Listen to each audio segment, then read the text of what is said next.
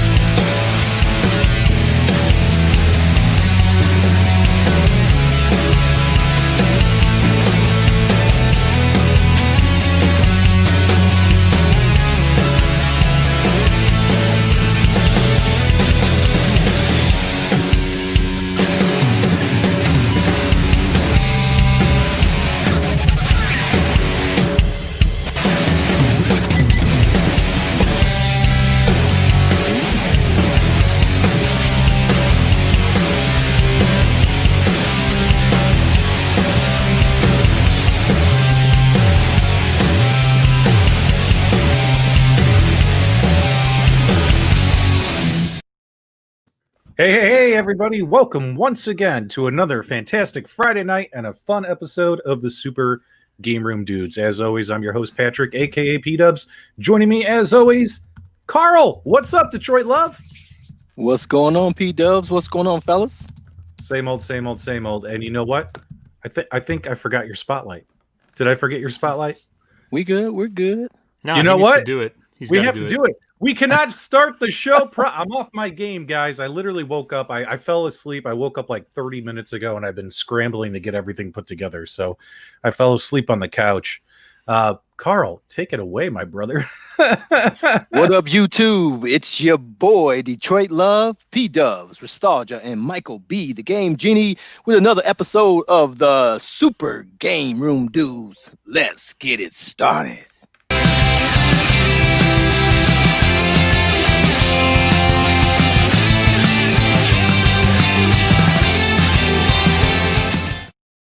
I got. Oh wait. It's a mess. Everything's a hot mess right now. Okay. Woo! I got the Friday funnies, guys. My apologies. So, and of course, joining us are our Canadian brothers from the north. We got Nostalgia. How you doing, man? I'm doing okay, man. How are you? Good. You still haven't gotten that haircut? Not yet. My wife is just giving me a hard time about it like an hour ago. Yep. So yeah, it's got to come soon. And then, of course, we got Michael B, the Game Genie. How are you, Michael? I'm super fantastic. Wonderful. Big thumbs up. Are you hyped? Are you excited? I'm going to get hyped. You got your coffee? Yep. All right, cool. Michael, real quick, how's the dog? Alive, depending lying. on who's asking. He's lying. We still don't know for certain if the dog is alive. I brought both of them on camera. What do you mean you don't know for certain? Yeah. Continental Cosplay. Oh my God, seeing Steve's face for the first time. I had the same reaction. Most people are scared, so. Anyway, guys, we got a lot of gaming stuff. A lot of stuff going on in the world of arcades and the world of in-home arcades and the world of consoles and all that kind of stuff. There's a lot of stuff to talk about. We're going to try and cram as much as we possibly can into an hour broadcast. So definitely, guys, hope you got your snacks, kick the kids out, kick the wife out, sit back, chill out, and let's, in the words of Nostalgia, let's get started. Isn't that how you say it? How do you say it? I want you to do it right now where people can actually see you say it. This is Nostalgia. Let's get started. This is Steve from Nostalgia, and let's get started. I love it. Chills. What's up, Dylan? Welcome to the show. Okay, real quick, I wanted to talk real quick about the iArcade products. So, for instance, the iArcade home arcade machine, The Kickstarter ended, right? And a lot of folks, I've covered this a lot on my channel. A lot of folks have been saying to me, sending me messages on Facebook, as well as commenting on my YouTube videos. They say, hey, P-Dubs, the Kickstarter is over. How can I get my hands on this product? I still want to purchase it. So I just wanted to give you guys a heads up that if you head over to the II Arcade website, they've added a link here called pre-order. Now what you can go ahead and do is you can pre-order for the next 56 days. You can pick your bundle and you can pre-order it. Hang on, let me get this out of here. Darn cookie monsters. So 56 days left to place your order, and you can order directly from the II Arcade website. Now, what's interesting about these bundles is the prices aren't as good as they were during the Kickstarter, but the prices are definitely cheaper than what they will be at normal retail price. Once this expires in 56 days, if you're interested in this product, you'll have to purchase it from Amazon towards the holiday season, as well as there's 2 other websites they announced. I forget the names off the top of my head. But mainly Amazon's going to be your go-to where you could purchase this product, but it'll be at full price. So if you're interested in this product and would like to save some money, definitely head over to the II Arcade website and check out pre-order. And out of the group here, who placed a pre-order? I know I placed a pre-order for the Dragon's Lair. And what about you, Detroit Love? Which one did you pre-order? I have the not that one. What's the other one? The what's the 2 guys fighting? What's the Double Dragon? Double Dragon. You got the Double Dragon one. Yeah, okay. Double Dragon.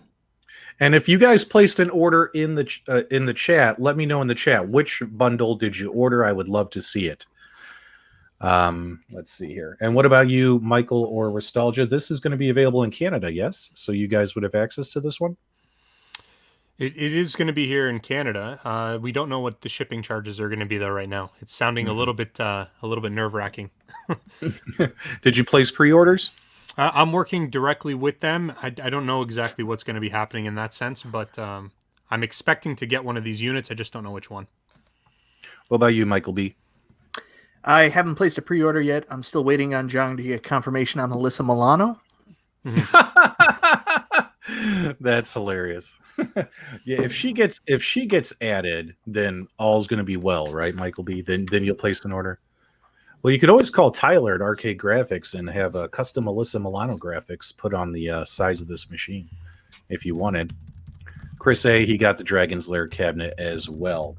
Also, guys, so that will take care of the old II Arcade update. Taking a look at the Toy Shock brand, the CEO, Jeff Falke, within the last 30 minutes, just posted a update on the Toy Shock Facebook fan page, letting people know that it's going to be 2 weeks until those replacement PC boards shipped.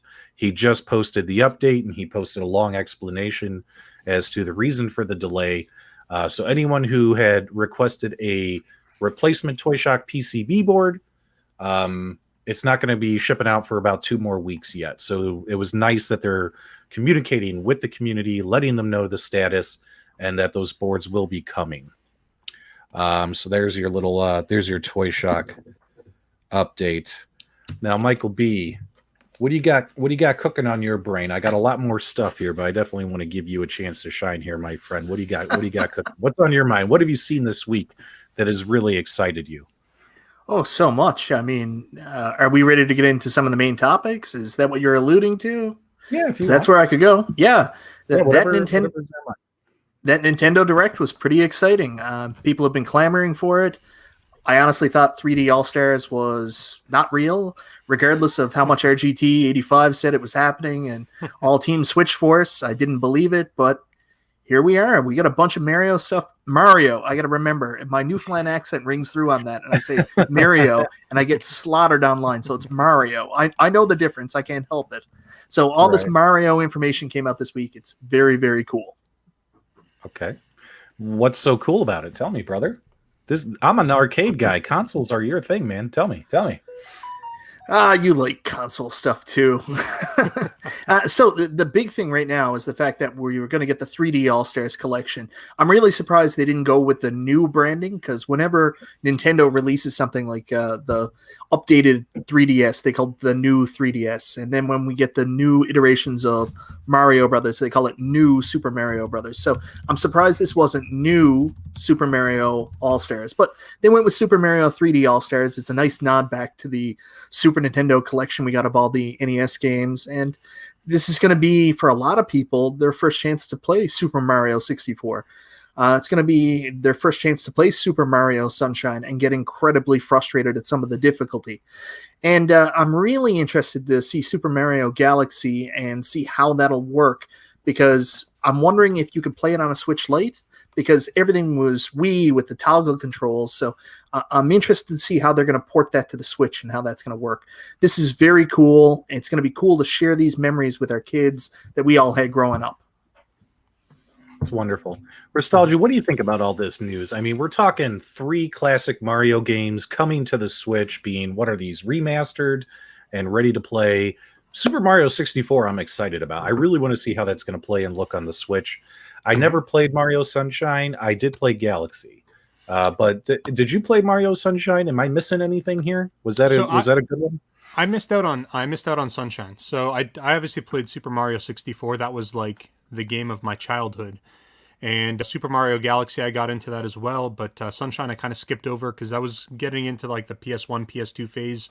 And I was really looking at GameCube as kind of like the child's console. So right as I was in those ages, kind of skipping out on GameCube, which I really shouldn't have. But no, definitely I'm excited. I've got this pre-ordered. I'm a little bit surprised at their marketing strategy with this, how they are going to be limiting access to this game. So they're going to be obviously launching your pre-orders, and you'll have access to purchase this sometime between September and March. And apparently after March, you're not going to be able to buy this neither physically nor digitally.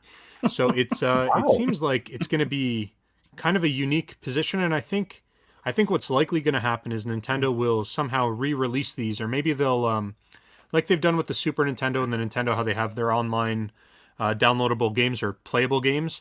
Maybe they're looking at doing the same thing with N64 and GameCube and the Wii. So that'd be interesting to see. Yeah, I saw someone mention online that they expect that once this collection is done, expect to see all 3 of the games pop up as individual entries for around $39.99 Canadian. So I don't know what the American, it might be $39.99 American, I'm not sure, but or $29.99 American, but they'll all eventually come out as individual entries that you can buy from the eShop. Mm-hmm. Very cool. Very cool. I got to say, I had no idea about what you just said, Nostalgia, about the fact that, what is it, after March, we're not going to have access to this at all? Yeah, like, so I must have missed it. Like, that just sounds crazy to me. Like, why would you stop that? I got to tell you, man, Nintendo, they don't do things for no reason. So they have a plan, and I think this is maybe just like the beginning of the hype train. So Nintendo likes to, I mean, especially with Mario and anniversaries, they like to make a big deal. So my guess is we're going to have this. It'll kind of be something that they're going to make a ton of money on, because people will buy probably 2 units of this, knowing that we're talking digital copies. People will buy 2 copies of it, 1 to open, 1 to keep sealed, if not 10, because of the way that the Nintendo collector's market typically works. And I think Nintendo's just going to, they're just going to keep using this, recycle, and get you to buy the same game 40 times. And it's a great business model because people will do it. And I'm guilty of that myself. So we will. I mean, Detroit Love, what do you think? Don't you agree that we're all going to buy these games again? Even though we have 20, even though we've done it before, right? It's going to happen, right? Yeah, I mean, I hadn't had a Nintendo device in so long now. I've recently been looking at the Switch. Not sure if I get the regular Switch or the light one, but it's been a while for me. I think the Nintendo 64 was the last one that I had. So this is a rediscovery for me. I mean, obviously Mario, that's my boy. And so everybody loves Mario. So, the girls have played Mario Kart, and they've played all of those games growing up. So they would definitely be delighted. And they've always had all the handheld devices. So I think the Switch, I'm going to get one of those in the house, because they've taken my Xbox One from me. So I don't have my console anymore. So if I get the Switch, maybe they'll give me my console back. Now, was there a Mario Game & Watch thing that got announced as well this week? Oh, was there ever? So tell me about that one. And is it right here on this website right here? Let's see. Did I miss it? Or I don't know if maybe it's not. right on there, but no, it's definitely not going to be on that website, but it should be on the Nintendo website. Yeah, let's check out Mario Game & Watch. That looks pretty cool. I don't know. It's not really. I'm not going to lie. I'm probably going to buy this thing, but Game & Watch was never really something that I messed around too much with. It doesn't really have any real. Doesn't pull on my heartstrings so much. It's kind of before my time. So I'm calling it now. There will be 600 videos from Nostalgia on hacking the Nintendo Game & Watch. listen, man, if it can be hacked, I will make a video. But I don't know. This thing Michael- is. It's just going to be like a portable Nintendo system. If it can that's be what it hacked, looked like that's from it. there. So, That's what it looks like. Well, and this is also a limited production piece. Look at that, limited production. yeah, expect to see these on eBay for many $1,000s very soon. It's going to be brutal. It'll be exactly like the Super Nintendo Classic and the Nintendo Classic. They came out such limited quantities. People are going to go crazy. They're going to buy 3 or 4 of these at a time if they can. And the retailers don't really help with that because they should be setting limits, but nobody does. They just want to get them gone. And these are going to be really, really hard to find. And even people who don't care about Game & Watch are going to buy this just as a collectible piece for Nintendo. Yeah, So- like I sorry, Michael. My comment will be real quick. Is honestly, I don't see myself actually playing this thing, but I do want to buy it and just have it on my shelf. Isn't that sad? Go ahead. No, not sad at all. I mean, I have hundreds of things like this all over my house that are just pieces of history, gaming history that, unfortunately are in a closet right now, but like you constantly pull them out, play with them, but they're more so decorations and pieces of history. So yeah, I'm going to buy one. I'm probably never going to use it, but it's going to sit around and it's going to be a piece of nostalgia for me at all times. You mean a piece of nostalgia? A piece of nostalgia. You guys are hilarious. So what I'm concerned about with this is we don't know how this is actually going to be sold. Is this going to make it to retail, or is this something that's going to be sold directly from Nintendo, like the Switch NES controllers and the Switch Super Nintendo controllers were? That's going to be the big one, depending on how rare this is going to be. If they have that limited production run, plus it has to be ordered directly from Nintendo, and there's like almost, first come, first serve. This is going to be nuts. This is going to be very, very, very collectible. I say anybody who wants one of these or of the Switch games or anything, these are all limited production. If you want them and they're up for pre-order, don't wait till release. Pre-order them if you can. Well, one thing's for sure. At least it'll be easier to get than any of Analog's products. Yeah, that's fair. That's fair. But it's like 4 people got an Analog product. One of the new Analog Game Boy came out. Yeah. And the draw for the second run of the Analog NT Mini Black. Wow. Well, hey man, you know what? Everyone's doing weird stuff. Like Nintendo's got these products that are coming out limited release, and I can understand Game & Watch is going to be kind of a fringe item, so there's going to be a limited release there, or at least a limited release window. But the game is weird that they're doing a limited release, and then you've also got Sony who's like doing a pre-order for pre-orders in order to get the PS5, which seems a little bit crazy. So I think everyone's just doing weird stuff. It's 2020. What do you expect? Yep. Well, Go ahead. I no, I'm sorry. I got to start raising my hand again, P-Dubs. I'm very No. sorry about this. No. I've been podcasting a lot longer than everyone else on the panel here, and I am a natural talker, right? So sometimes I need you guys to butt in and say, P-Dub, shut up. Give us the spotlight. So go ahead, sir. Go ahead. Well, I just wanted to chime in again that Nintendo has created this model over the years, and for some reason it works. We're gullible. We buy into it. We rush out. We get these things because we think that we're not going to get a chance to do it. You mentioned PlayStation's doing it. Arcade 1UP have come right out and openly said they're going to adopt the Nintendo model and make their stuff a little bit more restrictive. So it works. Like, look at Rampage right now. People are clamoring over the Rampage cab, but yet when it first came out, they could barely sell it. Here we are. I don't know why people are going crazy over the Rampage cabinet. It's probably it's like my second least favorite cabinet that's ever come out. But I would agree. Yeah, I don't know. I guess it's just one of the one of the original waves, so people want to have it. But now it's a waste of space. Now we have 88 people, and I have something mind-boggling, mind-blowing, possibly a confirmed, unconfirmed theory on That's not confirmed. On a product that's not confirmed or verified to be true. And the question is do we do it now or do we wait until we have 100 people watching? Should we I say wait we now? do it now, and then we wait 10 minutes, and then do it again, and then we wait 10 minutes, and then we do it again, and Are you that's sure? just the rest of it. No, I'm joking, obviously, but Yeah. Hey, Nostalgia, while the crowd's waiting, go put the Batman suit on per Brado. He would love to see you in that. nobody wants to see me try to squeeze into He that thing. he can't get it because it's a I do. size schmedium, isn't it? It's a size schmedium Batman outfit. It is not, actually. I bought that to fit me, and it does fit me, but it just is like, it weighs 75 pounds. So it's going to take me like an hour to put this stupid thing on. Now, But it's glorious. When it's on, man. Are you gonna Listening in wear the it for sun, the have a coffee. Halloween at the Halloween show? You gonna wear it? I will consider it, but then you guys are going to have Oh. to take a look at the naked Bruce behind me. If that doesn't scare you off, I'll consider that. Detroit Love and I, when we were just doing the Loft report before we kind of converted it into this show, we did dress up as Mario and Luigi, and a couple other episodes we dressed up as well. That was a lot of fun. But now we got a 4-man team. Now we could do like these big collaboration costume parties. Oh my god, I have a cow costume. Joygasm! It's going to be exciting. What's this scene? That thing would scare me in the middle of the night. Love it, Yeah. Zero Hero. Well, it's funny because that thing does scare me sometimes when I'm doing work, because this is my workstation where I do a lot of my stuff, and I've Yeah, got a let's computer pull it. over here, and I've got a computer in front of me that I'm using. And what ends up happening is because I've got that glass there behind me, that glass display, it kind of reflects through, and I can see it kind of shifting on both screens, and probably maybe twice, 3 times a week, I'll just look up at like a weird angle and see it, and it scares the snot out of me. And I have to turn around and make sure it's not a real person, but it's just Batman. So here's what we need. We need your guys' help before I get to my bombshell theory, okay? Because I honestly think it's a mic dropping theory.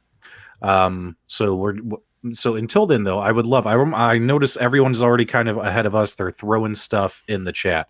This is September, guys. Halloween's right around the corner. If you would like your Super Game Room dudes to have a special Halloween episode where all 4 of us are in a themed costume, what do you want to see? I see there's 4 of us. Ninja Turtles seems appropriate, right? There's 4 of us, 4 We've got turtles. Zero Heroes asking who's going to be Black Widow, and my vote goes to Michael B. He's got those. He would look so good in a Black Widow costume. Michael, are you a natural redhead? No, I'm just kidding. Power Rangers. Oh my God. Can you imagine me and Michael B? We're kind of big dudes. You don't want to see us in a Power Rangers costume. Fantastic Four would be good. Although then again, Invisible Woman. So, you know what we'll do? We'll do what we've Spice done. Girls. No, Yeah. I got it. We can do Fantastic Four, and Nostalgia will think he's on the show, but what I'll do is I'll click this button, and he'll become the Invisible Woman. So we'll be like, don't worry, guys. Nostalgia's here. I promised you guys. He's here. He's the Invisible Woman. Oh, man, that would be perfect. That would be hilarious. We got Alpha Flight. Hold on. We've got Luke who's saying Powerpuff Girls, so we can get the 3 Powerpuff Girls, and somebody can be Mojo Jojo. Now, here's the thing. I have no shame, and it's all for your guys' entertainment. So if you guys wanted us to dress up in something completely ridiculous, I have the balls. I'm secure enough in my manhood to do it for you guys, so don't worry about it. It's all about entertaining you. So... My vote's Jim and the holograms. Oh, man. Too funny. All right, let's get to my theory here. All right, I want to talk about something. This is something I've been chewing on. I've been thinking about this, and I am 99.99% unconfirmed, positively unconfirmed. We don't know for sure. Maybe nudge, nudge, wink, wink. Jojo, where you at? We got to talk about at games. I got to share this with you guys. So let me pull this up. And we got to talk about this because I think that what I'm about to tell you is 100% going to happen, and it's going to happen next year. It's not going to happen this year, but I think it's going to happen next year. Let's take a look here. So when we look at our Legends Arcade family, right, we got new products that were released. You have your At Games Legends Ultimate. Now notice here, you notice how you got the silver T molding here on your control decks, right? Mm-hmm. Yep. That's intentional, right? No. When you look at your products and you go to your Legends Gamers, when you take a look, now originally, guys, do you guys remember when the Legends Gamer was originally announced? It did not look like this. In fact, it looked totally different. Let's see if we can find an older picture of it before it got revamped. You're using Bing, man. Well, it's because I'm using What's wrong with you? I'm using Yeah, Chrome for You'll never using- get the results with Bing. yeah, I'm using Chrome for the show, brother. Hang on. Well, You're using Google Chrome, so it forces you to use Bing. Yeah, I'm using Chrome for the show, so when I open a new browser, it's popping open that one. Oh, All right. man. Either way, guys, Yeah. when this item was originally announced, if you guys remember, it was a flat box, right? It didn't have these indentations here. You see these indentations? And it didn't have the silver T molding, which, matches your arcade cabinet. It did not have those. It was just a flat, straight box. But then it got revamped, and because AtGames decided to make this a swappable control deck, right? Mhm. So that's the reason why it looks this way, right? Is because it's a swappable control deck. That way it blends in and matches perfectly with your version 1.1 Legends Ultimate. Which brings me to this. These Legends Gamer Minis are the exact same design, exact same style as the Legends Gamers and the Legends Gamer Pros. And also, we have that exact same silver T molding with the indentations and the pinball pins. So what if, this is my theory, possibly true, can't confirm nor deny, maybe I heard from someone named JoJo, what if AtGames is going to release a 3/4 scale arcade cabinet with Legends Gamer Mini swappable control decks? Because this thing is 19 inches, which is the same size as your 3/4 scale arcade control decks. This thing would fit in perfectly in a 3/4 scale arcade, and it's got the same ports on the back, guys. It's got the bus port. Why would it have a bus port? Well, these have a bus port in order to plug into the control deck, in order to plug into your Legends Ultimate, right? So why would this need a bus port? It plugs into something. And the only thing it could plug into would be a smaller arcade machine. I'm telling you guys, this is my theory. I'm calling it now. AtGames is going to be releasing a 3/4 scale mini Legends Ultimate probably next year. What do you guys think about my theory? We can start from Detroit Love, work our way down, and also let me guys know in the chat, what do you guys think about my theory? And also, would that interest you if there was like a Legends Ultimate mini cabinet that was like, I don't know, $300, $400, and you could do swappable control decks? Fire away. Yeah, I mean, considering their history, that makes a whole lot of sense. If they're going to make that as a standalone gamer, why wouldn't they put it in a cabinet? Why wouldn't they, right? Right. Yeah, absolutely. Keep going. What about you, Michael B? What do you think about my theory? Do you think I'm right? Do you think I'm off my rocker? Oh, your NDA is burning. This has nothing to do with NDA. This is my personal theory. This product hasn't even come out yet. The only thing I'll say is I think that's a very cool idea. I could see it more in a like countertop right now. I understand that the size is the right size for an arcade cabinet. However, that one control stick, that concerns me, because even with a 3/4 cab, you still want the flexibility to possibly play 2-player if that's the only arcade cabinet you're going to have in your house. So it's a cool idea for a 3/4 arcade. Makes more sense in my mind for a bar top. Okay. So what if they're making a bar top next year with swappable control decks? I mean, dude, this thing's got to plug into something. You know what I mean? And my brain is spinning. Would that What if it plugs into a pinball?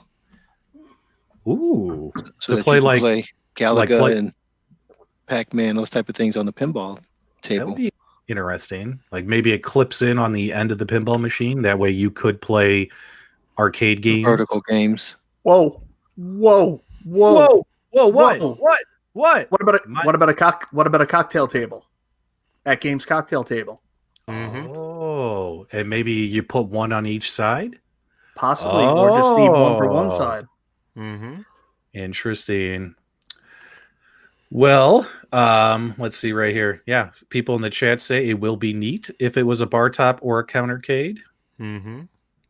Bar tops are possible. My money's bar top. I'm telling you guys, and you guys know P-Dubs. I know AtGames. This thing plugs into something. And the question is what? Is it going to plug into a bar top? Is it going to plug into a cocktail table? Is it going to plug into a 3/4 scale mini arcade machine? or something we maybe haven't even thought of yet. Either way, guys, this thing plugs into something, and now I am on a mission to find out what. I think it's a bar top pinball. Yep.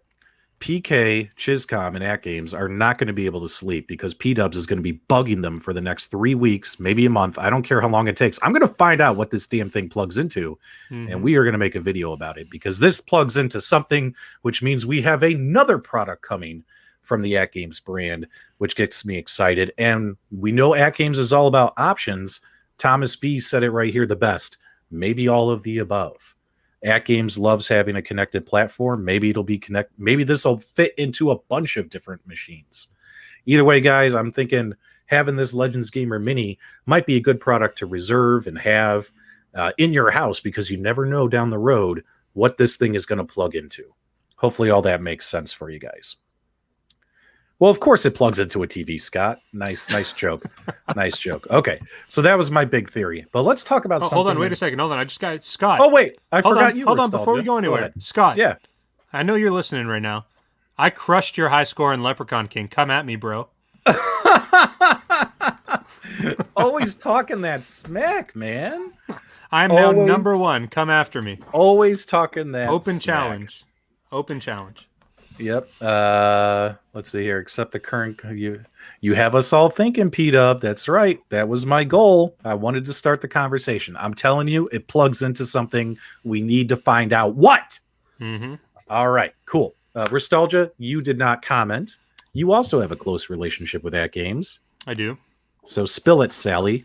Well, I will not spill anything because I do not spill the beans. But your theory makes sense. I don't think if AtGames is doing something like this, they're not going to limit themselves to one specific device it can connect to. The thing's got Bluetooth in it. It can connect to anything already. So I think that I have no idea about 3/4 scale cabinets. That'd be interesting to see them do that.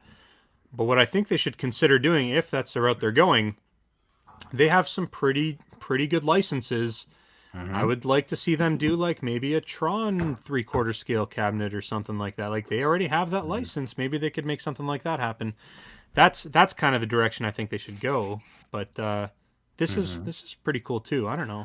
Nostalgia, if I'm hearing you correctly, you're saying instead of just the Mega K type thing, start making some specific branded cabinets. I think they should do a little bit of branding stuff. I mean, they have access to so many licenses, so I think it would make sense for them to be able to say, hey, why not make a dedicated 3/4 scale Tron arcade since they have it and people want Tron. Tron's like that would sell really well, and I mean they've got the ability to work with certain people who are in the community that maybe already have a Tron flight stick made. I don't know.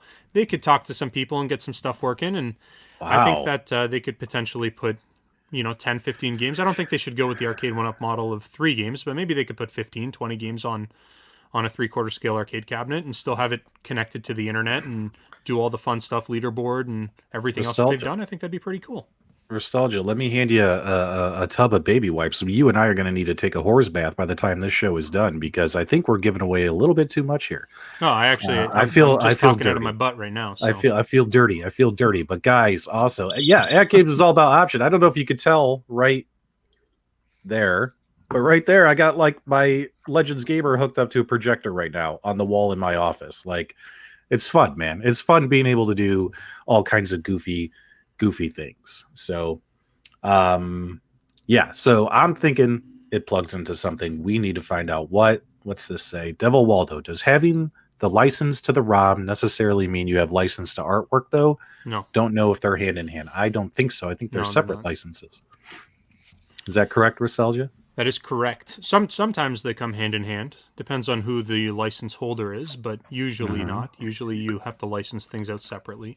So and I mean, that comes into play if you're looking at games that actually have, I don't know, if you're talking, just like hypothetically speaking, you're talking Harry Potter. Maybe you can get the license to a Harry Potter game, but if you want the artwork, then you got to license out the artwork, plus you probably have to get licenses from each of the individual characters, and it becomes this whole thing, so. Let's see here. Let's catch up on the chat real quick, and then we're going to move on to our next topic. Let's see here. So... So Eminem says it would be cool to have a portable arcade at tailgate parties and such, something that can run for a few hours on a battery or run off a projector, like at night. That's pretty cool. David Deming says, I'm amazed Arcade 1-Up Miss Pat Cab has no Wi-Fi online leaderboard options. Missed opportunity. Honestly, in my opinion, I think they should put, Wi-Fi in all cabinets moving forward. I mean, it is 2020 after all, right? Right. So what do you think about that, Michael B? Can you repeat the question? I got caught up in the chat. I'm sorry. No, it's okay. Do you feel that Arcade 1-Up should be putting like online leaderboards and Wi-Fi connectivity like they did with NBA Jam in all their cabinets? Like even like Big Buck Hunter and Miss Pac-Man, even if it's just not for online multiplayer, but even if it's just to like track scores and stuff. Do you think that's worth the investment? Yeah, I always thought that was a fantastic idea for Arcade 1-Up to do. They're always trying to find new content for their website, their social media. I mean, if they had online leaderboards for some of their games, even some of the older stuff like Star Wars, I love the idea of all of us competing against each other in one global arcade to see who's the best Arcade 1-Up Star Wars player. I mean, we all know it's what's her name, Jennifer Yabut with her 22 million score, but we can all dream we'd one day be able to beat her score as well, right? So I'd love to see them do it. I think there's a huge opportunity there. I don't know if it's an esports thing or maybe it's an esports thing, but leaderboards are huge and it's definitely something that brings the community together. So I think they should do it. I just think it's a matter of time. Mm-hmm. I do agree with this statement, especially if these things are $400 to $500 and now even over $500. Light up marquees, stock in all cabinets moving forward. I absolutely agree with that. I should not spend $450 on a cabinet that does not have a light up marquee. $550. Yeah, just my opinion, which I'm entitled to. What do you think, Carl? Yeah, I agree. And to piggyback on what you said previous to that, for that price set, it should have Wi-Fi going forward. Mm-hmm. They shouldn't be going backwards with any of the cabinets. Once you have that technology, the future cabinets should have it. Just makes sense. Let's see here. Brian says online leaderboards is the ultimate. I'll play anything with that, even pinball. Pinball, that classic pinball game. All right, guys. So let's move on to our next topic. So I'm going to play a little something for you guys. We got earlier today, it was released. I was going to make a video just like everyone else. Everyone else went, nah, this trailer came out. But I decided to hold it for the show because I figured we could talk about it live with you guys. So the trailer for the MVSX Home Arcade was released by SNK. They now have their own YouTube channel. It's the first video. Make sure you guys subscribe to their YouTube channel. After this show ends, I'll put a link to their channel. It's kind of hard to find because if you type SNK or MVSX in a YouTube search bar, a million videos pop up. It's hard to find their channel because it's a brand new channel. So I'll put a link there. That way you guys can get to the channel and subscribe. But I want to play this trailer and I want to hear your honest thoughts and reactions from my co-hosts as well as all of you. Let's check out the official trailer from SNK and Unico for the MVSX Home Arcade.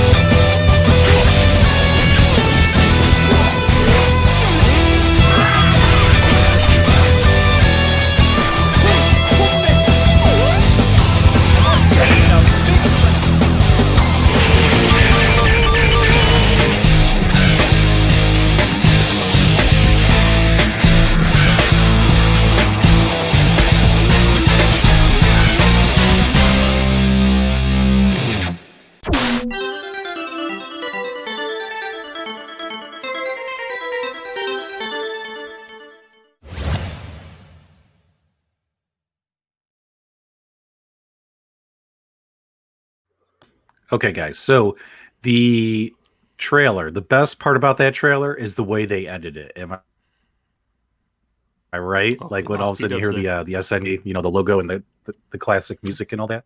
Mhm. That was awesome. I disagree.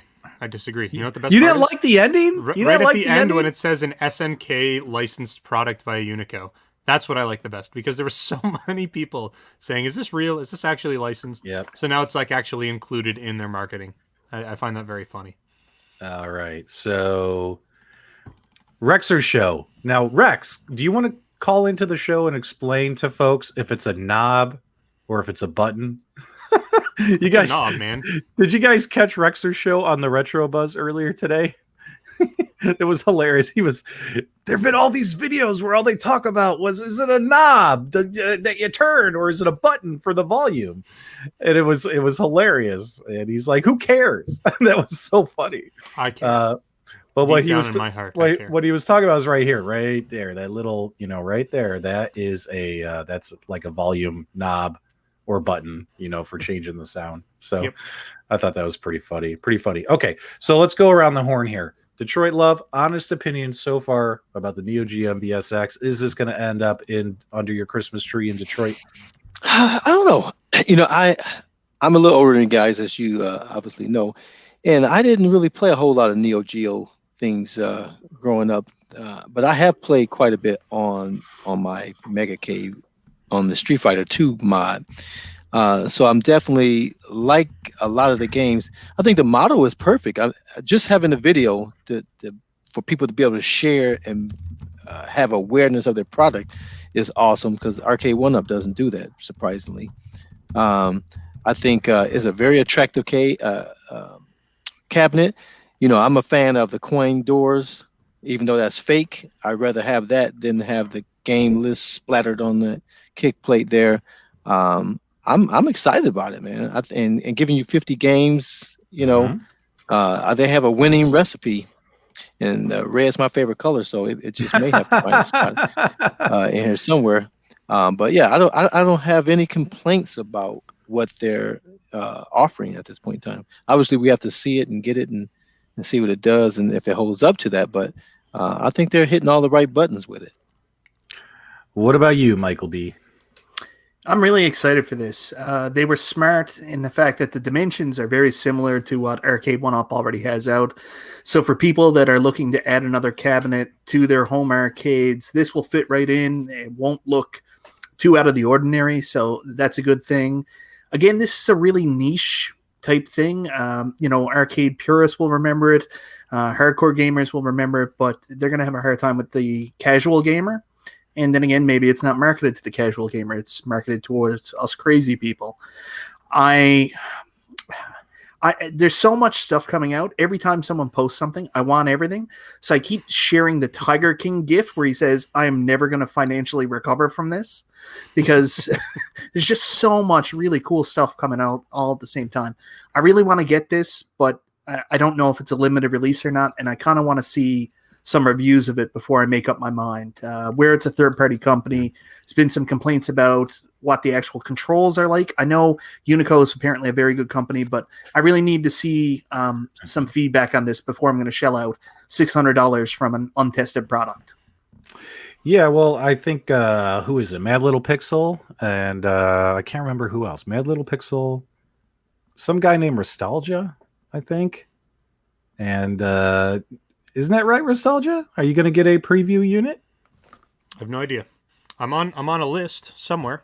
You're on a list, but you don't. I don't know exactly what's happening. So I know that with their marketing strategy, I think they're gonna have a central unit that's gonna kind of travel around one of the states in the U.S. I don't remember where it is, but wherever the PR team is, and then closer to the release, they're gonna have more review units. And I'm on the list. I'm talking to the people I need to talk to. I'm hoping I can get a review unit, but no promises have been made my way yet.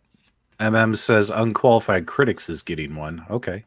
So, but yeah, so we're going to have some reviews out there in advance of the pre-orders going live, it sounds like. So look forward to watching those myself.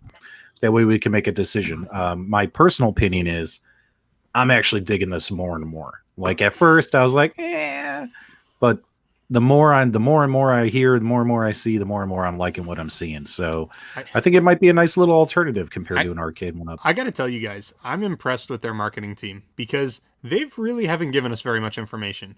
And people are going bananas. Like they'll leak a picture of the retail box, and then all of a sudden there's 20 videos coming. Oh my God, we got this picture of the box. It looks, and people are going crazy over that type of information. So like, I don't know what's going on, but that PR team knows exactly what they're doing, and they know who to feed this information to, because you could take a picture of the blank back panel and people would make a video about it at this point. Like, I love this. Going crazy. Just make sure you sanitize the heck out of it if you follow some of these content creators. Good Lord, a shared unit. So it sounds like there's one cabinet that's going to make the rounds to what, 3 or 4 dudes.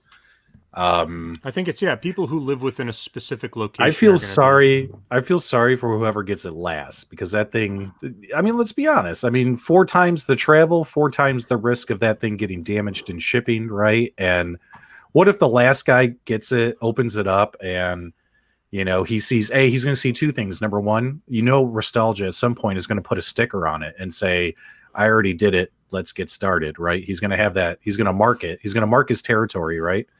And then who knows? It might be paint stripper and then take all. It might be damaged. I don't know. Why not just send out 4 different units instead of the same unit playing hot potato? That's kind of weird to me. I just think they don't have very many production units to get out. So what they want to do is take what they have, and it's probably going to be the same unit that all these photos are leaked of. And they're going to stick with the marketing firm. And I don't think they're going to ship it around. I think they're going to look for people kind of within a specific vicinity and probably travel to them, let them do whatever filming, reviews, and then on to the next guy. I mean, that's not unheard of when you're dealing with some of these products. So yeah, I remember like Rex and I, when we did our I Hate Monday show earlier this week, just to chill out and talk and hang out with you guys. This comment cracks me up right here, because there were some videos made where all they did was send a picture, like you said, Nostalgia. They sent a picture of a box within a box. Yeah, and it's newsworthy, man. It's crazy. I know. Isn't it weird how excited we get? We are grown ass men, but we get a picture. We get a picture of a box within a box. Well, and that speaks volumes to, one, how tightly the community is excited for this, but 2, it's weird. How good of a job the PR team is doing. Yeah. Could you imagine any other company if Nintendo just posted a picture? Well, I guess that's a bad example. Nintendo can just post a picture and people go crazy. But can you think of like any other company that can just literally post a picture of the retail box, which really doesn't matter? Like, who cares? But people go crazy after they've already seen the whole product. They've gotten some of the specs. They see exactly what's going on with it. And just like one photo and then it's 3-4 videos from different content creators. They're doing a good job. Like, that's a good viral campaign that they're running. So yeah, I mean, think about it, guys. Later this year, we're going to get information on the pinball machines, right? It's going to happen, guys. We're going to get the photos. We're going to get the specs. We're going to see the revamped artwork that Arcade 1UP says they put on their products, as well as all the details on the At Games pinball machine. And think about it. Even if they just release one picture, the community is gonna go nuts. You know what I mean? And we're gonna speculate and hype and talk, and we're gonna dive into that picture. We're gonna zoom in. I loved watching Mad Little Pixel's videos on the Neo Geo product the last couple of weeks, because he's like zooming in as close as he can. He's like, I think I see something right there. What is that right there? And I'm like, dude, this is what it's all about. Like, we're all just so hyped and hyper. The same thing happened with Arcade 1UP when there was those leaked Universal Pinball Table pictures that came out. People were zooming in to see what the 3 logos on the box were, and it's the same thing, man. People just love what they don't know. Yep. They love what they don't know, and it makes it fun. That's awesome. It's exciting, man. Yeah. Honestly, I thought Mad Little Pixel did a great job in his coverage on that product the last couple of weeks. Michael B, you had your hand raised. What were you going to say, brother? I don't remember. About the Neo Geo. Before I started talking about the pinball picture. I literally can't remember now. We just kept talking about all the miniature bits of news that came out that people went nuts about, and the marketing. I mean, Nostalgia, you mentioned earlier, what if Nintendo did it? They realized us content creators, us content creator news people, we're thirsty. We're very thirsty for content to put out. So, yeah, you're right. They were very smart in the way they marketed this. They said, let's tell them nothing and let people go crazy. So it worked. Still doesn't make me want to buy one, though. I'm still waiting for hard information. And I think people need to slow down and wait till some hard information comes out about it. Well, you're in Canada, so you're not going to have it available anyway. Oh, no. Hold on. I got a guy. Yeah. Well, guys, Wicket Yubnubs, who probably has one of the coolest YouTube handles I've ever seen, plus a fantastic photo that goes with it. Yes, the Frogger Arcade 1-Up Countercade was kind of announced, revealed today. I don't have a picture of it, though. I'd have to search for it. What do you guys think about having an Arcade 1-Up Frogger Countercade? You guys talk about it while I see if I can track down a photo of one. That's a hard pass for me. Talk a little longer. Okay, I need more time. More time. See, if you'd like me to go into the dynamics on my decision-making process, No. I just their 3/4 scale Frogger cabinet could have been something really cool, but I think they got the short end of the stick in terms of like the artwork licensing. And from my understanding, I don't really think there was a really good reason. It was just the licensor was not being very flexible. So unfortunately, I think Arcade 1-Up took the back end of that. I'm trying to think of the most politically correct way to say that. But yeah, getting another version of Frogger, I don't see why. I don't think it sold well. I can't imagine that was a good selling cabinet for them. So yeah. For me, I have no interest in the Frogger cabinet nor a Frogger countercade. Just my personal opinion. What about you, Detroit Love? I mean, I enjoy the Frogger game. It's one of those games that I'll walk up and play. I definitely wasn't interested in the full cabinet version of it. But if they price it right, if you can get that QVC and get it for $99, yeah, what if it's $100? Yeah, if it's $100, I think it's well worth it, especially with the new layout of it. And I'm not sure what the other games would be on it. But yeah, for $99, it's a steal for any of the cabinets, I think. All right. Well, that's all we got to say about Frogger. Mr. Chip's giving me a Oh, hard time. whoa! I wanna countermine that. I actually am somewhat interested in the Frogger cabinet. I may be one of the only people. Like Bristol just said, Arcade 1-Up, it was kind of out of their hands. Konami is a terrible, awful, evil company, and for some reason, they refuse to put out stuff that we want to. Well, I did, but they refuse to do things that the fans want. They're like, you like Metal Gear? Well, we're going to fire Hideo Kojima. This is what the company does. So obviously, we really wanted Frogger, and they said, yeah, you're going to get Frogger. It's just going to be terrible. So they refused to let us have the real artwork. They didn't shell out the money for the original music. It's frustrating. But Frogger is really good. Right that comment right. Sorry, Michael. This comment right here. The comment of the year.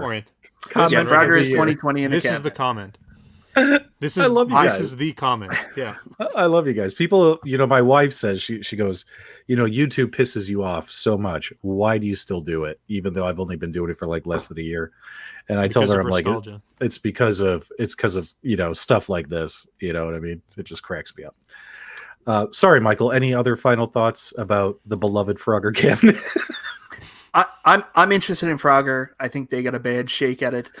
Again, I'm going to say the same thing everybody else is saying. Depending on if I can ever get a deal on it, I would probably add Frogger. I don't know if it's at the top of my list, and I feel bad that with the music issue, you can't even get different graphics. Like, you can't even reskin the cabinet. The music's there too, so it would have to be something that's on sale a little bit for me to be interested. I don't know, man. You can't. You only have so much space. You can't be filling up space with a trash unit. Come on now. I can't. It's Frogger. Look, we can't. I always get the giggles when we talk about Frogger because I think it's such stupid. But honestly, if it was like at my Walmart for $150 or less, I might consider hopping it home. yeah, but I would get Frogger before a Star Wars.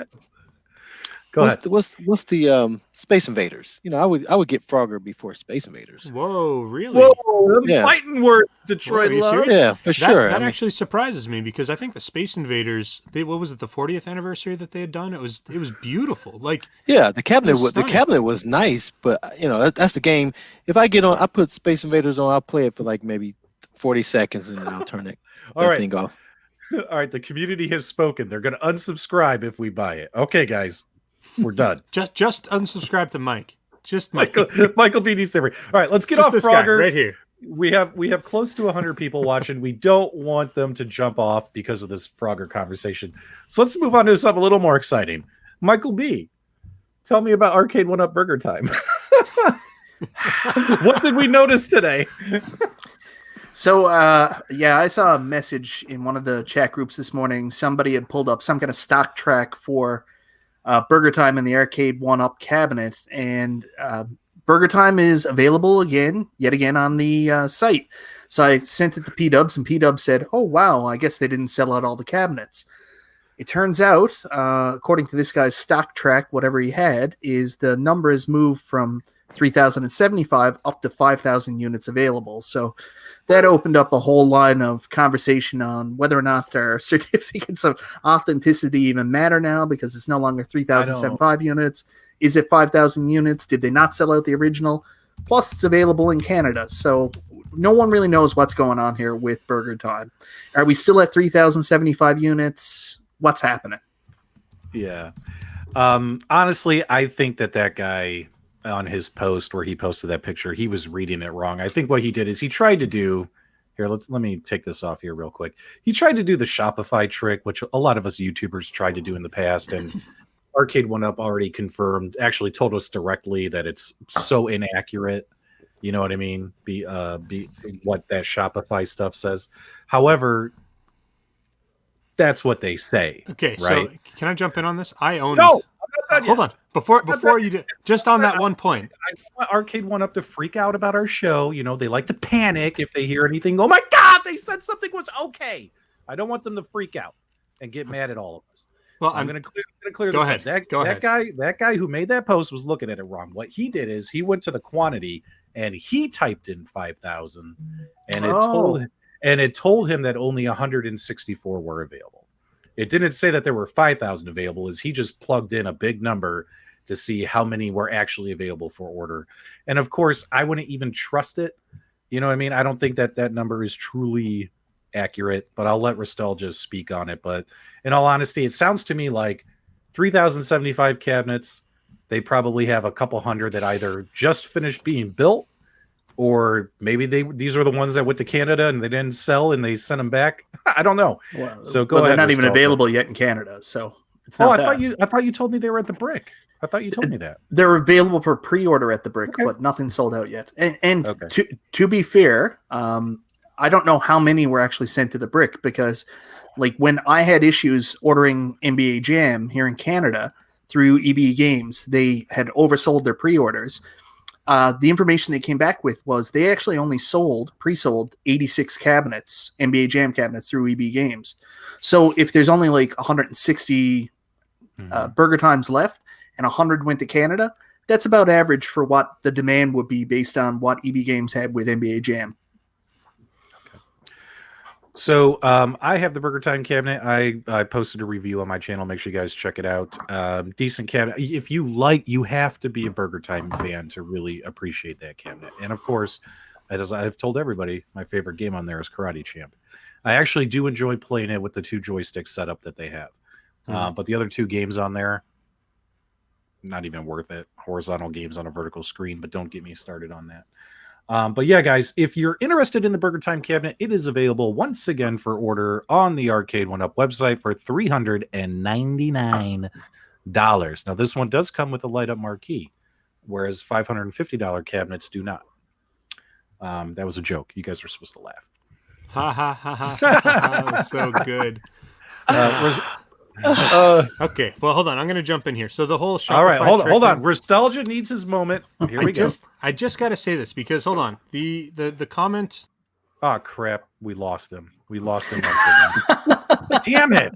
Always when he's about to say something important. Jeez, I'm sorry, man. P-dubs. I'm sorry. Go ahead. I got to tell you, man. No, Go ahead. the Shopify trick that I don't know exactly what Arcade went up. If they're saying that it's not accurate, I think maybe they're bending the truth a little bit there.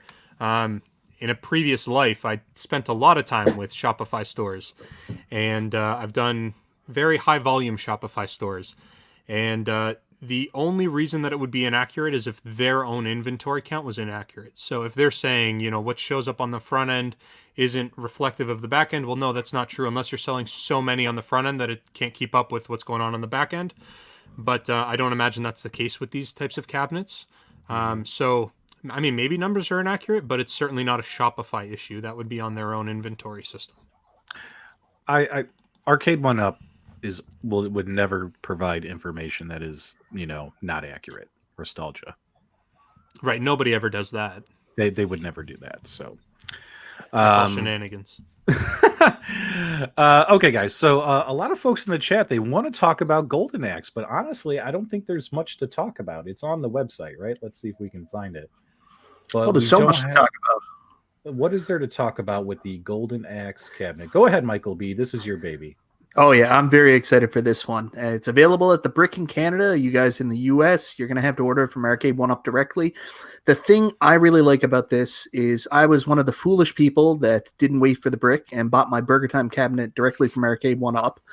It ended up costing me $280 Canadian in shipping. So I'm so excited to see that direct cabinets such as Golden Axe and such as Burger Time are now going to be sold through the Brick, so we don't have to go through the craziness for shipping.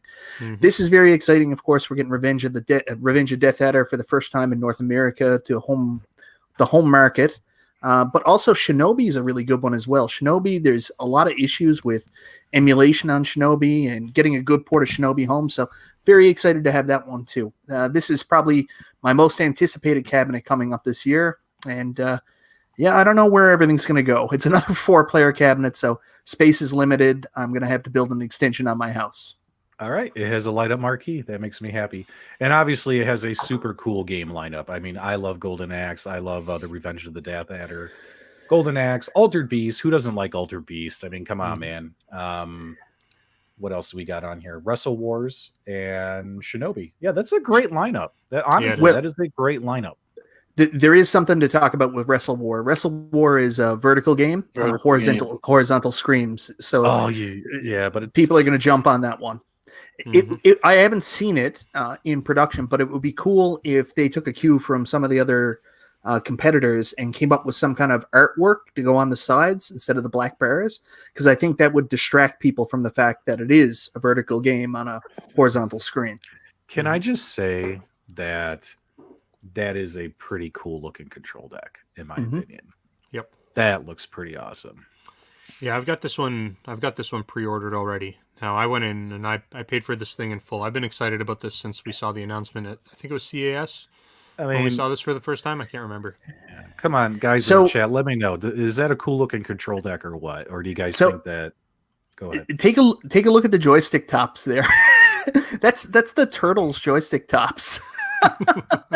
That's not a finished product right there. Yep. Oh my God, it is. Yeah, you got the blue, you got the yellow for Michelangelo, the purple, and the red. Okay, well, I was talking about the actual artwork. You know what I mean? I actually like this artwork. Obviously, even this might change by the time it comes out. Who knows? But I honestly like this artwork. I love this logo.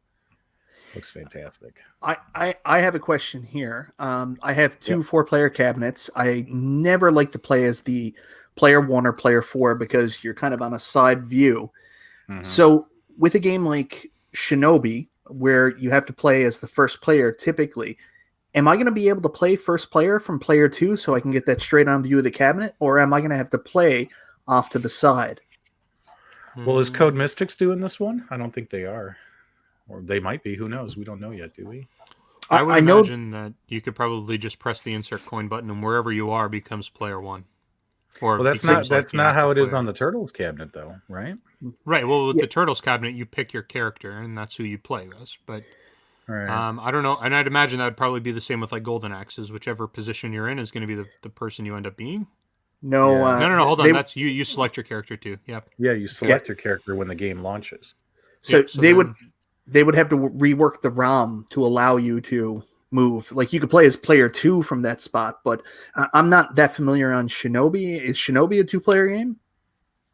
Well, I would imagine it's at least a multiplayer game. They wouldn't be putting a 1-player game on a 4-player cab.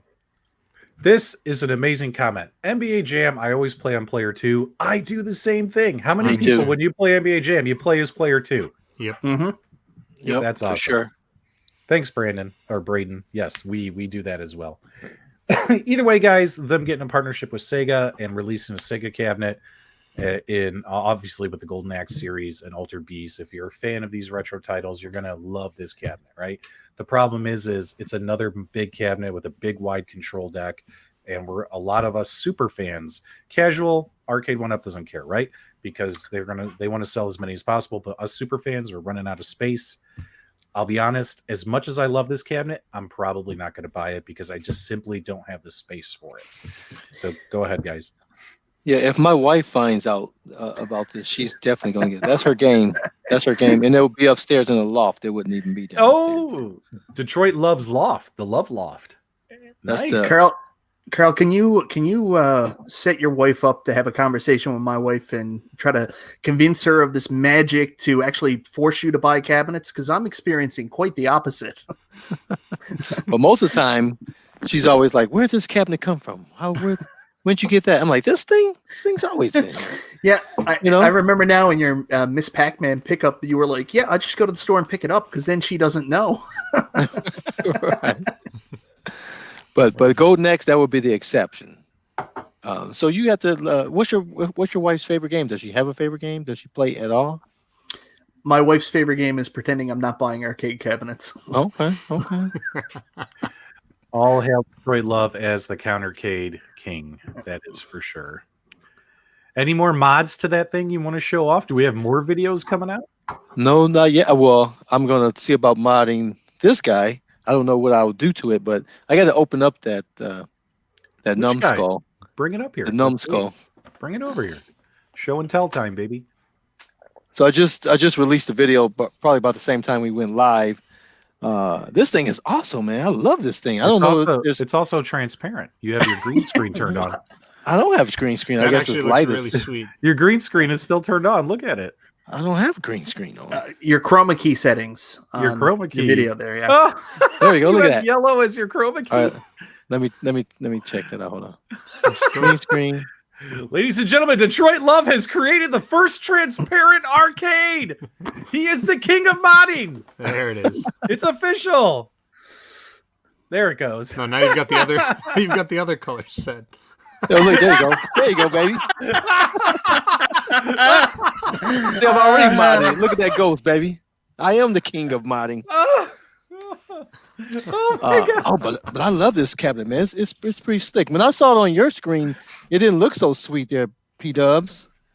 Oh, well, I showed that. You hide it. Where is it, in the basement? You don't even have a basement. They're in my loft. The mini, the two numbskull I have. I have that same one, and I have the Galaga one. Now, Galaga, I would think that's kind of hard to play with that little button. You got to hit that button so many times, and what do you think? You got to treat it like a lady, Detroit Love. You got to be gentle. Take your time. Oh no, I'll tear it up. So I'll be in trouble. I'll be in trouble. Galaga's in trouble, and the wife will be in trouble. Awesome. You know, I smash toes around here. I smash toes. Oh God, I'll never forget that episode. All right, let me find this other one here. So a lot of folks are wanting to talk about Buck Hunter and the fact that there's now 2 SKUs, which, guys, this shouldn't surprise you. Arcade 1-Up is going to make 5-6 SKUs of everything moving forward, it seems like. So let's see if we can find it here. What are you guys thinking about the Buck Hunter green screen? Because they have Big Buck Hunter Pro, and then they have Buck Hunter World now, right? Mm-hmm. Which is the Canadian version. No, isn't that? Or do I have that backwards? I think they're both coming to Canada. I think they're going to be retailer exclusive. There we go. So we'll probably see both, but you'll probably see both in the US too. Well, wait a minute. Hold on. Let me share the screen here. One of them is Best Buy, and one of them is the Brick. All right, because I haven't been keeping up to date on my Buck Hunter. So what you're telling me is, although here, so that is the Buck Hunter Pro. Right. Where's this one going to be sold? This one in Canada, it's sold at the Brick. I have no idea where they're going to sell that in the US. That's the one I pre-ordered. Okay, What makes it wait, where's Buck Hunter World? Wasn't it Buck Hunter World was the other It's one? Best Buy. Yeah, but what I'm saying is, isn't that a completely different game? Look at the games right here. You have Big Buck Hunter Plus, you have Big Buck, you have Outback, and you have Open Season. You don't have Buck Hunter World on here. Yeah, they're different games. Yeah. It's a Oh, they are. it's- They are different games. Okay, Yeah. I did not know that. All right, let's find out. Let's take a peeky. Sneaky. That's Buck Hunter Plus. See, I don't know if this is in the US or if this is in Canada. If it's different in Canada. So the screenshot I sent to you guys earlier on was the Canadian Best Buy, I think. I could be mistaken, but Is there different games on it? Let's see what they say in the chat. Let me know, guys. I've been so busy doing other stuff. I haven't been keeping up on my Arcade 1-Up news. P-Dubs, grab the picture that I sent in the chat, if you can. In what chat? Our Facebook chat. Our Facebook chat? Okay. Yeah. Let me hop over to Our Facebook. super secret Facebook chat. Yeah, our super secret group Facebook chat. Let me pull that up. I swear I thought, didn't Unqualified Critics release a video on this and say that it was a totally different game or something? Or maybe I'm wrong. I remember Big Buck, I think it was Buck Hunter World was on.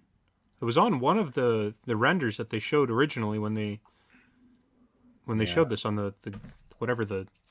Well, let us know in the chat. Apparently, we don't know. What do you guys think? Buck Hunter, yay or nay? Send in light guns. Wired. Nice. What do you guys think? See, Wait, nice? How do we know it's nice? No. Look at Detroit Love. What do you got? I was playing around with the Oh, background. really? It's got his chroma key pictures. It's a tin sign. Okay, here we go. Thomas B says it's the same games, different artwork, designating two different versions that were actually released. Okay, so you know Did what? you find that picture or no? It never came through, bud. But It's not there. but there are other ways around this madness. Okay, so go ahead, guys. Talk about Buck Hunter. Let me know your thoughts, Michael B. Yeah, I don't have this pre-ordered right now. I'm not 100% sure. I'm going to shell out. It's $749 here in Canada. So, Nostalgia, what'd you say it was? 850 tax in? $850 taxes in Canadian. Yeah. So Pete, that's Pete, I've sent you the picture again. that's a huge sum of money right now with Pinball, Toy Shock, At Games possibly coming to Canada. And again, there's only so much room. Like, I'm really excited. Like, the Sinden light gun technology is so cool. I love the fact that Arcade 1-Up is also partnering with Raw Thrills, who are the last real arcade game producer in the world. That partnership's really cool. It's just, I don't know if I have space for this. I've never been a big Buck Hunter fan.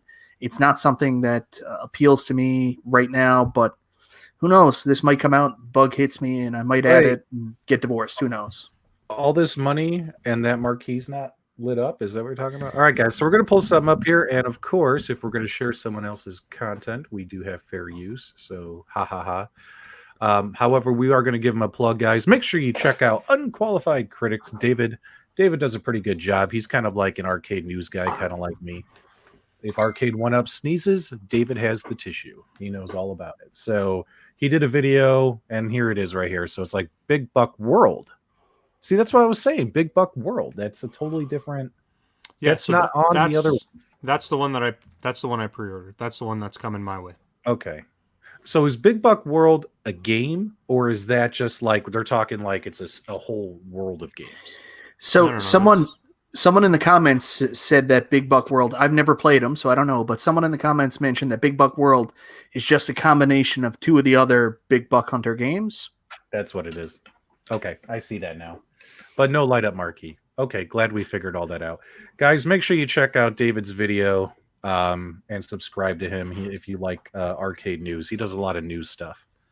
No, I'm excited about the light gun, but I don't know that a shotgun is what I want. I want handguns. I want handguns. You want a handgun? You want to pop Yeah. a cat? Buck Hunter. Somebody to Troy Love? Yeah. Buck Hunter.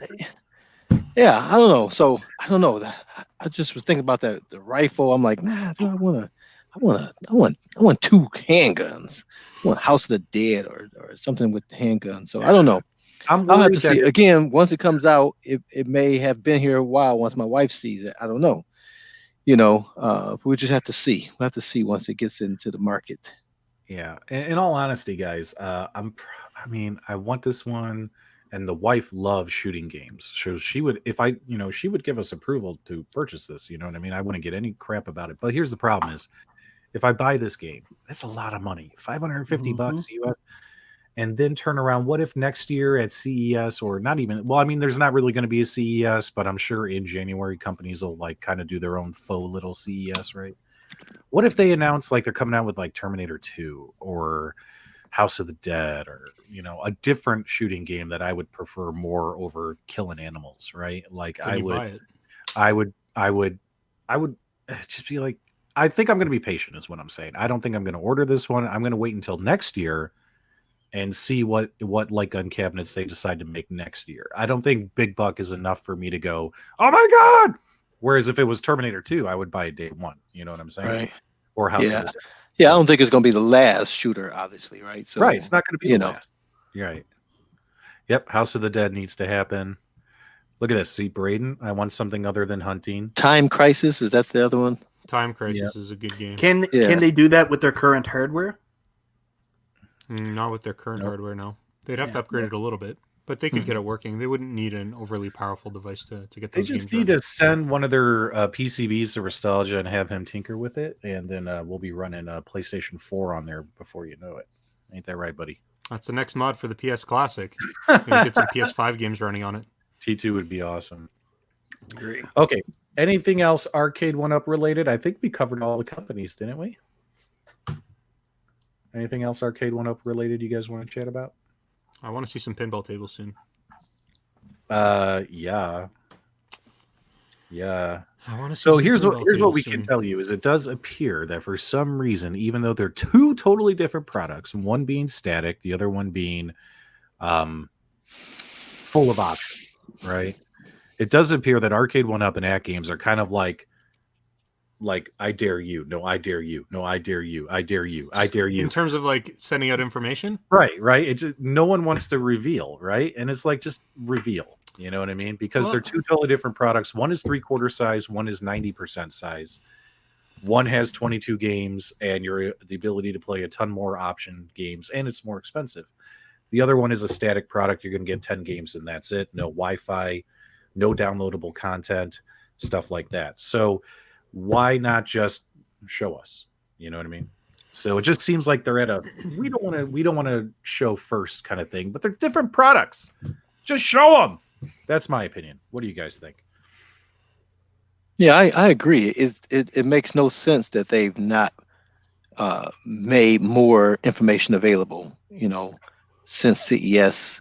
It just seems a waste of opportunity. I mean, people have been shut up in their homes, for the most part, wanting to do things, wanting this pinball, and for them not to say anything, it sort of feels like like one of those Kickstarter or Indiegogo projects that may not ever ship. Right. Except they don't have our money yet. Well, I mean, I think the reason that nobody's talking about it is because everyone's got stuff going on. Like, At Games just released their Legends Gamer Pro that started shipping, and they also started pre-orders on the Gamer Mini and the Gamer Pro as well. I think that came back up for pre-order. And then you've got Arcade 1-Up, they've got other announcements that are going to be coming out, and everyone's kind of excited about what's going on with pre-orders starting to happen with all these other cabinets.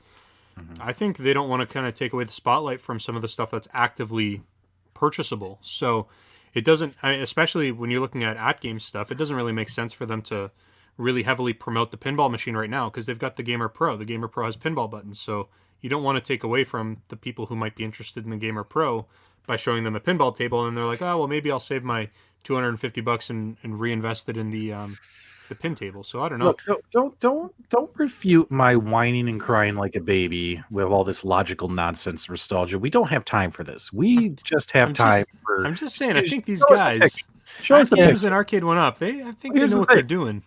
Well, here's the thing. Go ahead, Carl. Before I'm just saying, I don't think the people who really want a pinball table cares about pinball buttons on an arcade cabinet. You know, I mean that's a nice thing to have for people who have that cabinet and want to be expanded. But I think the people that like pinball wants the at game pinball table or the arcade one up pinball or whoever's pinball table. They want a physical table that looks like a pinball table. So I don't think you're selling to the same, selling to the same demographics when you're talking those two products. You're going to have market for both of those type of products, but I think it's two different demographics that you're appealing to. Yeah, there's overlap though, right? So yeah, absolutely. Even with overlap, you just don't want to potentially lose a sale because of that. So, and I think we're talking about a lot of money. Like these machines, there's been a lot of arcade one-up machines announced, and that's a lot of money. So if they keep pushing, and people have the choice between 10, 15 cabinets, just sales 101. You put too many options in the customer's hands, they're going to walk away with nothing. But if you put one or two good products in their hands, they'll probably walk away with both. So the idea behind their marketing strategy, I think, is just they don't want to overload the consumer. If we have too many options, we're not going to buy.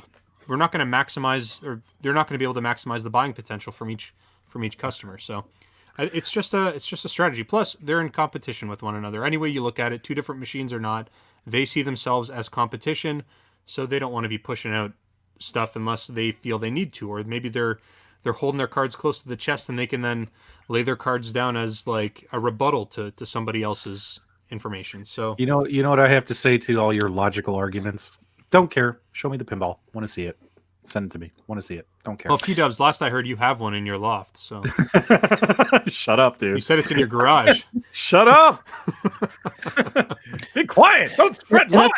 I think the market, the people who really understand, like and wants pinball, are a little bit older demographically, and I think they have more discretionary funds than say younger folk with smaller children, those type of things. So I think people are sitting on money waiting for this pinball to come out, and I think the first company that puts this pinball out here is going to get a whole lot of cash pretty quickly there. So let me ask you guys a question. Okay, so far, how much pinball has truly been revealed? We've been talking about pinball since January.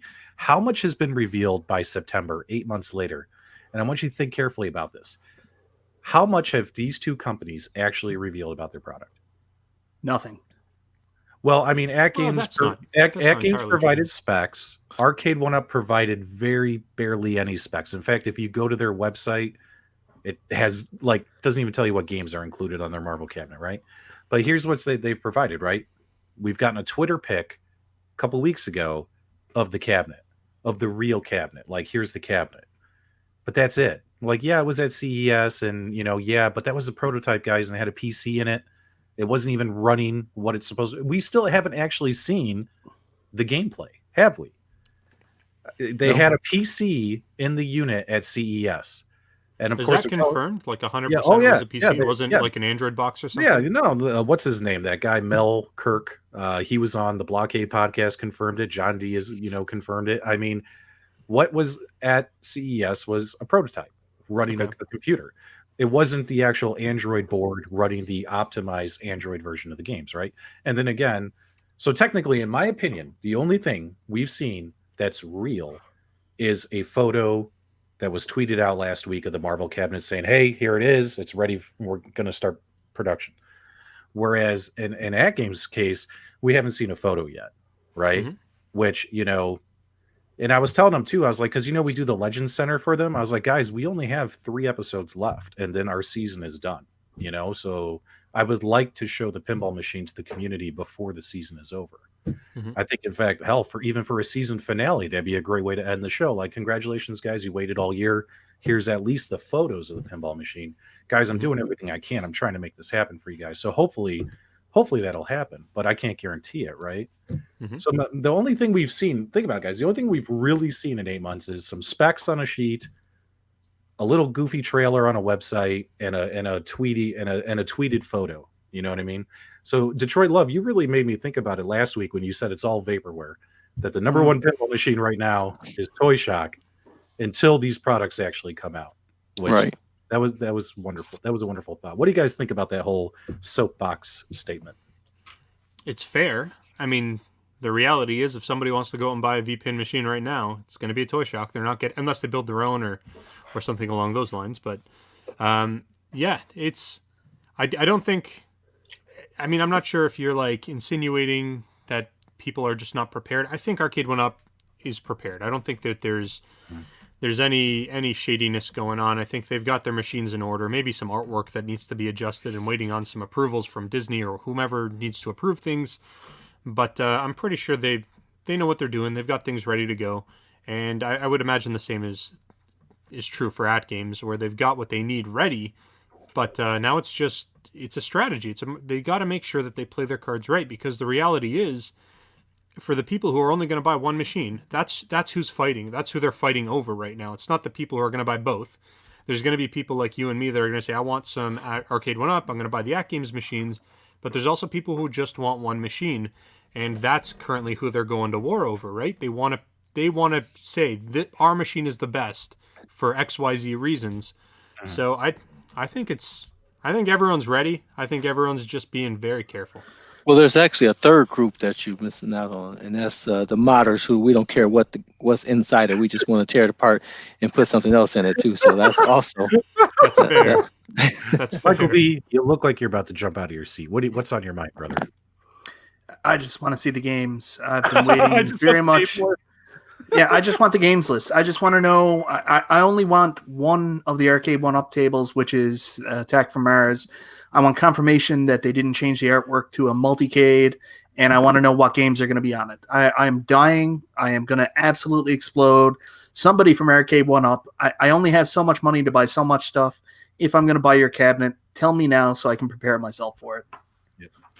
So I honestly hope that these companies, and keep in mind, it's just my speculation, is I think they're like having a face-off, like, no, you go first. No, you go first. That's just my honest opinion. But it might not even be that. They might not even care what the other one's doing, which I doubt. But you know what I mean? Like someone make a move. You know what I mean? Like, let's see it. You know, I'm excited. We're just excited. That's all this is. It's excitement. It's not bashing. It's excitement. We're excited. We want to see it. We want to see pictures. We want to see games lists. We want to see some gameplay demonstrations that's running off the real hardware that we're going to receive.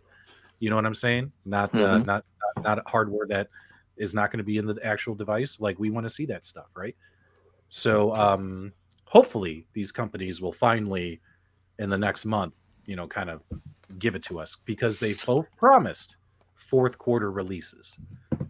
And yeah. Hey, Michael B, I got a bold question here. Would you want to see Revenge from Mars on that cabinet as well?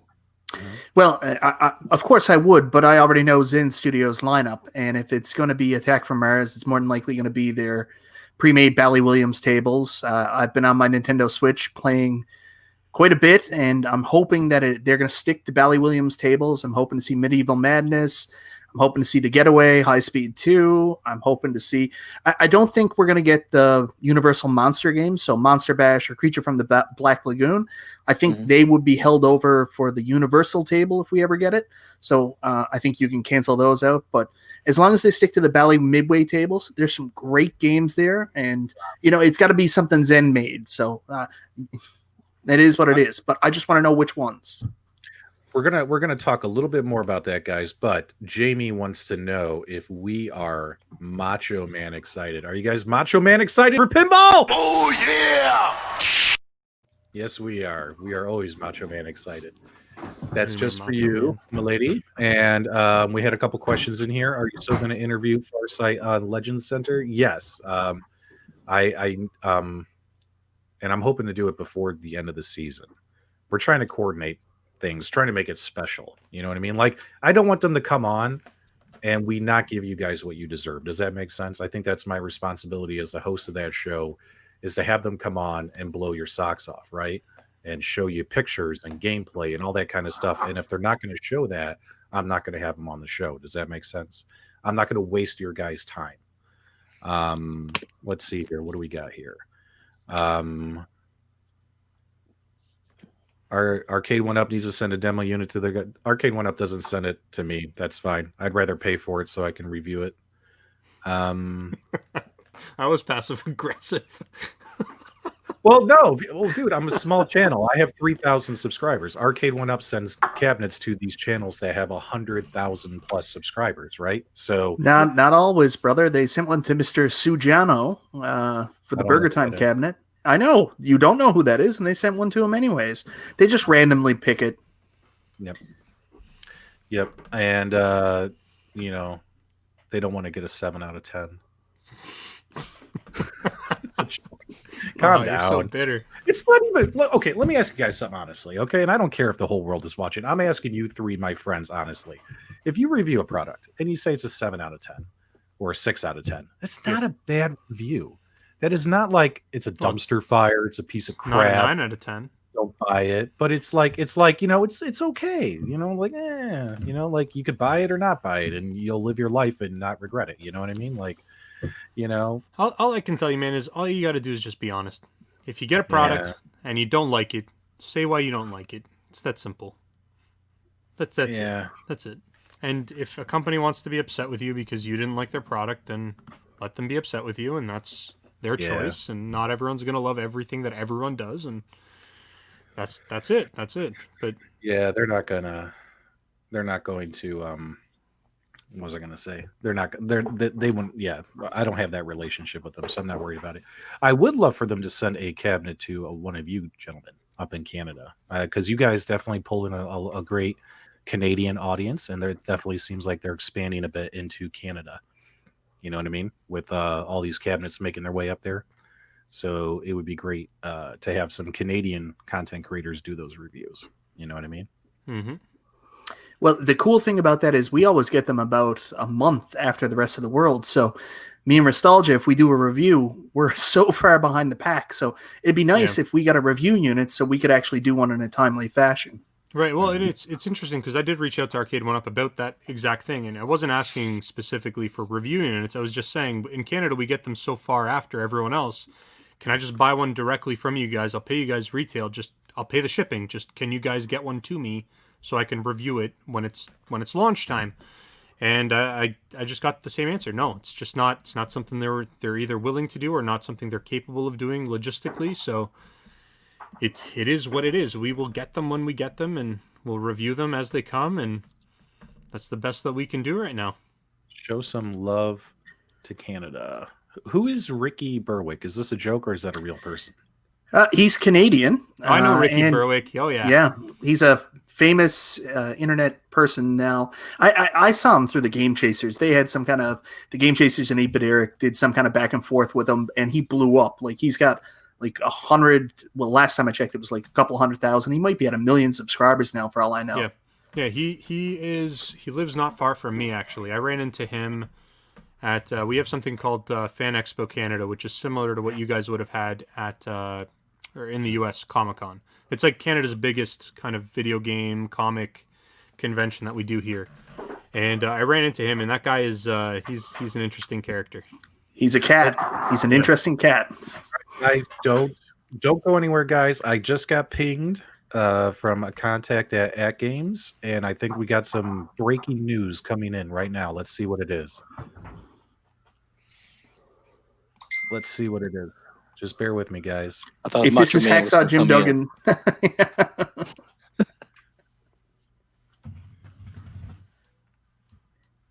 Hopefully it's about availability in Canada. Yeah, I'm trying to figure something out here.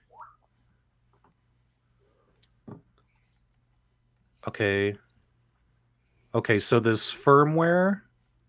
Okay, guys, it looks like this firmware 5.0 that everyone's been waiting for. I just got pinged by @Games. It appears that it's going to be dropped on Labor Day, which is Monday. It's coming Monday. And it will be 9 a.m. Pacific time. All right, guys. So the long-awaited, everyone's been like, when's firmware 5.0.0 coming out? Because it got delayed almost a week.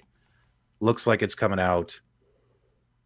Looks like it will be released per the message they just sent me, 9 a.m. on Monday. So there you guys go. Pacific time, which is noon East Coast, I think. So there. There you go, guys. Hey, thanks for giving that to us while we were on the show. We greatly appreciate it. Okay, guys, we've gone 90 minutes, man. I'm exhausted. I need to eat some dinner. It's only 7:30 here where I'm at, so I'm starving. So I greatly appreciate all of you guys tuning in. Any final thoughts from my co-hosts? Hopefully we gave you guys some entertainment and good conversation today. I'm excited for the Nintendo stuff. We talked a lot about arcade, but that Nintendo stuff, man. Yep. I'm looking forward to it. So, and actually, we didn't even talk about that. What's the Super Mario game where you can play almost like Tetris 99, where like if you hit an enemy, it like knocks it over to some other random person, and that's crazy. That's awesome. I love to see stuff like that. So, I'm excited about the Nintendo stuff. Okay, cool. And what about you, Michael B? Again, we really didn't talk about the Nintendo stuff enough, and people's frustration with them releasing Super Mario 3D World as well to the Nintendo Switch, because right now we pretty much have the entire Wii U library on the Switch, and people, for some reason, are frustrated about it. It's not a bad thing. It's the same thing as just basically having portable versions of the Wii U games that we can play. Same as when they were porting Wii games to the 3DS. So don't freak out. It's just cool that we have options. It's all about options, according to Glenn Planamento. Any final thoughts from Carl? Make sure you go check out my Numbskull video I just released today on this. And unlike you guys, I'm going to play me some Attack from Mars here on my pinball machine back here. Since maybe somebody will see it from Arcade1Up or something and release something here. And don't forget that Carl has created the first translucent arcade machine, and that video is dropping very, very soon. Well, it's fixed now. As always, guys, we appreciate your support. Make sure you subscribe to all the hosts. Links are in the video description below. Do us a favor. Hit the thumbs up on the way out. Helps support the show. Helps the show grow. We greatly appreciate it. And Carl, I'm ready whenever you are. You guys and are until awesome. Next time, we'll see you on the web. On the web. Web!